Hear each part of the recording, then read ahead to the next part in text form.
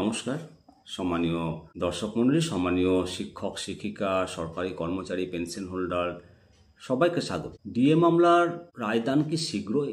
আশার আলো কতটা? বিশেষ বেঞ্চ বসেও এলো না সুখবর।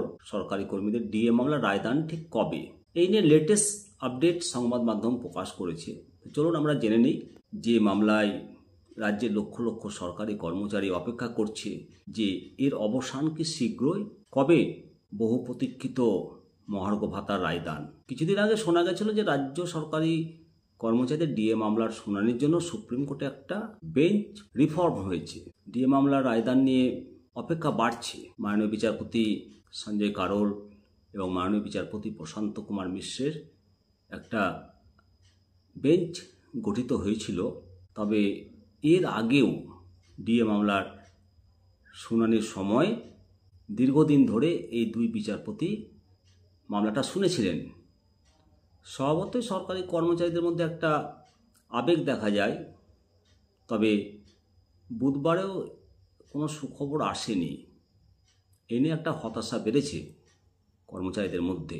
যদিও গতকালই এই বিষয়ে সরকারি কর্মচারী সংগঠন কনফেডারেশনের সাধারণ সম্পাদক মলয়বাবু বলেছেন যে এর আগেও এরকম বেঞ্চ গঠিত হয়েছিল, কিন্তু শেষ পর্যন্ত ডিএ মামলার রায়দানের ব্যাপারে কোনো কজ লিস্টে কোনো আমরা সাফল্য দেখতে পাইনি।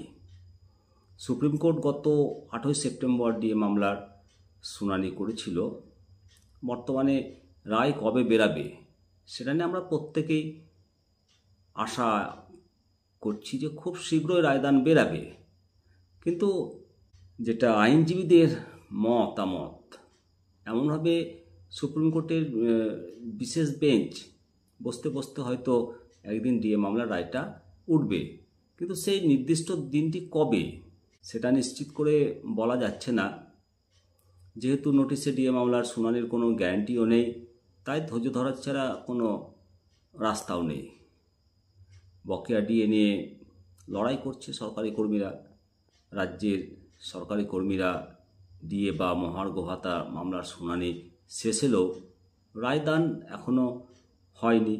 বর্তমানে সেটা হেয়ার্ড অ্যান্ড রিজার্ভ অবস্থায় রয়েছে। ডিএ মামলার রায় বেরোনোর অপেক্ষায় আমরা সবাই।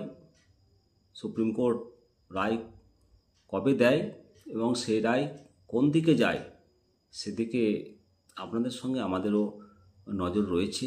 অবশ্যই আপডেট পেলে আপনাদেরকে জানাবো। কমেন্ট করবেন, আপনারা আপনাদের মতামত জানাবেন। ভালো থাকুন। জয় হিন্দ, জয় ভারত।